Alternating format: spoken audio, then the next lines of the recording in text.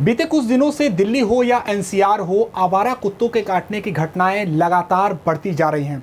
और केवल आवारा कुत्तों के नहीं बल्कि जो पालतू जानवर हैं उनके भी अपने मालिकों पर जो अटैक है उससे संबंधित घटनाएं लगातार बढ़ती जा रही हैं। अब इसके पीछे क्या वजह ये हम जानेंगे। हमारी मौजूदगी इस समय एक एनिमल वेलफेयर ऑर्गेनाइजेशन में है, जहां हमारे साथ मौजूद हैं डॉक्टर आरटी शर्मा साहब, जो लगभग 2 दशक से ज़्यादा समय से इन पशुओं की बहुत ही अच्छी तरह से देखभाल करते हैं। हम जानेंगे डॉक्टर साहब, आप इस समय एबीपी लाइव पर बात कर रहे हैं और हम जानना चाहेंगे कि पहले तो अपनी संस्था के बारे में बताइए, कब से आप ये चला रहे हैं और इसमें कितने पशुओं का देखभाल किया जाता है, क्या कुछ किया जाता है। देखिए, ये पेट एनिमल वेलफेयर सोसाइटी है। From 2000 we are working in this and 20 साल से ज़्यादा हो गया है और इसमें हम लोग ज़्यादा डॉग्स के ऊपर ही काम कर पा रहे हैं बिकॉज हमारे पास बहुत लिमिटेड सा प्लेस है जिसमें जो कि रेंट पे है और कोई गवर्नमेंट हमें लैंड नहीं देती है। ये हमारा एक लाइक था भी कि अपने प्रोफेशन के लिए we should give it back to the profession and I am in the profession from last 3 decades.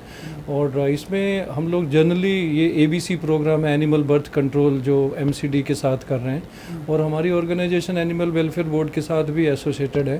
और ज़्यादा हम लोग डॉग्स पे करते हैं और डॉग्स का sterilisation just to control the population, उसके ऊपर यहाँ पे 12 से 13 एनजीओज़ हैं जो काम कर रही हैं दिल्ली में, जो म्यूनिसिपल कॉरपोरेशन के साथ कर रही हैं। वो प्राइवेटली कर रही हैं पर एडेड बाय म्यूनिसिपल कॉरपोरेशन है, बट वो बहुत ही नॉमिनल सा प्राइस देते हैं। एक डॉग को 3 दिन रखना, खाना खिलाना, उसको लाना, वहीं छोड़ना, एंटी रेबीज़ वैक्सीन लगाना, फिर उसकी सर्जरी करना, तो इसके लिए वो 800 से 1000 रुपीज़ देते हैं, जो कि बहुत ही कम है।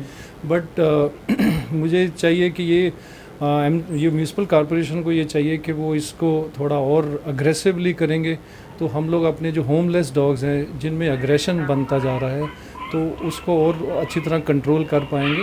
बाकी अभी मुझे लगता है कि मीडिया में ज़्यादा आने से और सोशल मीडिया ज़्यादा एक्टिव होने से ये बाइट की जो रिपोर्टिंग है वो ज़्यादा आने लगी।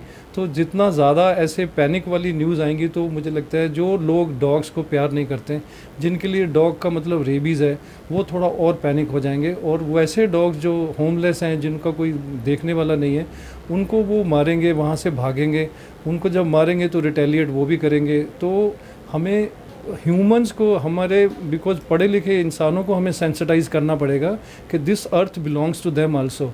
तो वो इकोलॉजिकल बैलेंस के लिए हमारे एनिमल भी उतना ही ज़रूरी है जितना ह्यूमन बीइंग का यहाँ रहना है। They are the natural scavengers, they are very good guard dogs.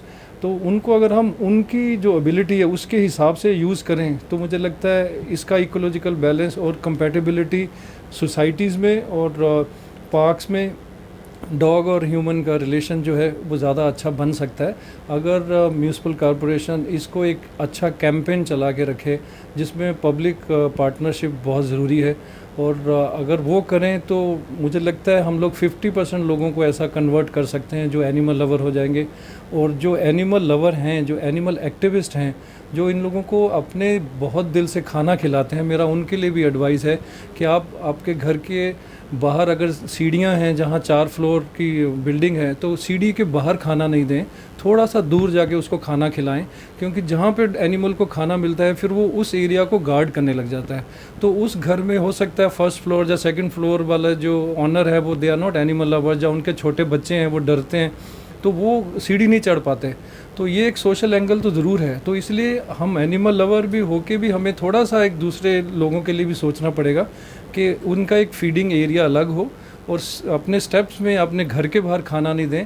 अगर ऐसा डॉग डोमिनेट करता है तो उसको इमीडिएटली हमारे शेल्टर में लाएं, हम लोग उसका ऑपरेशन करेंगे, उसका बिहेवियर करेक्ट करने की कोशिश करेंगे। तो ऐसे हम लोग अगर सब मिल के इकट्ठा काम करें तो मुझे लगता है हम बहुत अच्छा एक इकोलॉजिकल कंपैटिबल माहौल बना सकते हैं अपने इस कंट्री में, जिसमें हमारे डॉग और इंसान एक तरह खुशी से रह सकें। बिल्कुल डॉक्टर साहब, आप सही कह रहे हैं कि इस प्रकृति में प्रकृति को संतुलित करने के लिए सबका योगदान है और हम बहुत अच्छी तरह से जानते हैं कि आप उनके दर्द को अच्छी तरह समझते हैं। और इन घटनाओं के लिए केवल और केवल वो जानवर ही नहीं जिम्मेदार हैं, हमारा व्यवहार भी बहुत हद तक निर्भर करता है। एक और बात, आपने बहुत चीज़ें कह दी कि स्टरलाइजेशन जो की आवश्यकता, जैसा कि आपने बताया।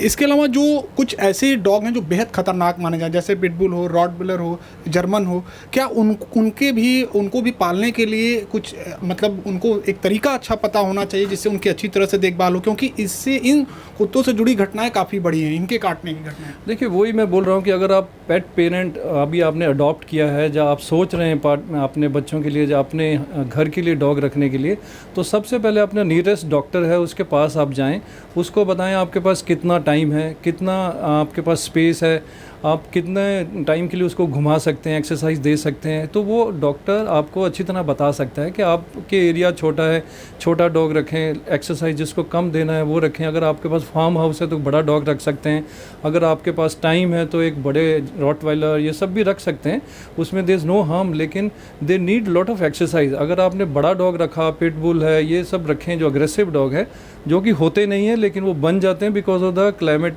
सराउंडिंग्स, उसकी वो कन्फाइनमेंट में रखते हैं, उसको लेस एक्सरसाइज देंगे, उनका मीटिंग नहीं होगा तो वो थोड़े अग्रेसिव हो जाते हैं बिकॉज उनका इंस्टिंक्ट ऐसा रहता है। तो इसमें यही है कि आप अगर अग्रेसिव हैं तो उनको स्टरलाइज करवा दीजिए, रखने से पहले डॉक्टर से बात कर लीजिए, तो I think you can keep, जो 14-15 साल तक रहते हैं तो एक अच्छा रिलेशन आपके साथ रहेगा। शुक्रिया डॉक्टर साहब हमारे साथ बातचीत के लिए और इतनी महत्वपूर्ण जानकारी हमसे साझा करने के लिए। तो हम भी चाहेंगे कि जो कुत्ते हैं उनकी देखभाल से जुड़ी जो आवश्यक जानकारी है वो भी आपके पास हो, तभी उनका आप अच्छी तरीके से देखभाल कर पाएंगे। एबीपी लाइव के लिए निशांत चतुर्वेदी, दिल्ली।